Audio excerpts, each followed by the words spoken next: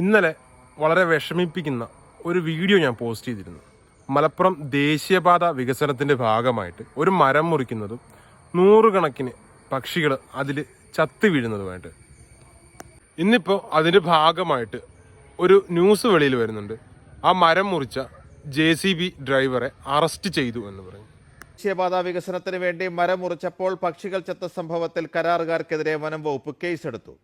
മരം വീഴ്ത്താൻ ഉപയോഗിച്ച JCB ഡ്രൈവറെ കസ്റ്റഡിയിലെടുത്തു. ഈ മരം മുറിക്കുന്നതിന് കോൺട്രാക്ട് എടുത്തിട്ടുള്ള ആന്ധ്രാപ്രദേശ് ആസ്ഥാനമായിട്ടുള്ള ഒരു കമ്പനിയാണ് എന്നാണ് അറിയുന്നത്.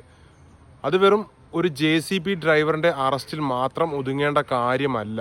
സാധാരണ ഇതുപോലെ ദേശീയപാതയുടെ വികസനത്തിൻ്റെ ഭാഗമായിട്ടൊക്കെ ഒരു മരം മുറിക്കണമെങ്കിൽ സോഷ്യൽ ഫോറസ്റ്റ് വിഭാഗം അതിനൊരു അനുമതി നൽകേണ്ടതായിട്ടുണ്ട്. അതുമാത്രവുമല്ല, എൻ്റെ അറിവ് പ്രകാരം ഒരു മരം മുറിക്കണമെങ്കിൽ അതിൻ്റെ ഇരട്ടി മരം തൈകൾ വെച്ച് പിടിപ്പിക്കണമെന്ന ഒരു നിയമം കൂടിയുണ്ട്. എവിടെയാണ് വീഴ്ച വന്നത്, വനം വകുപ്പിനാണോ കമ്പനിക്കാണോ, ആർക്കാണ് വീഴ്ച വന്നത് എന്ന് കണ്ടെത്തി മാതൃകാപരമായ ഒരു ശിക്ഷണ നടപടി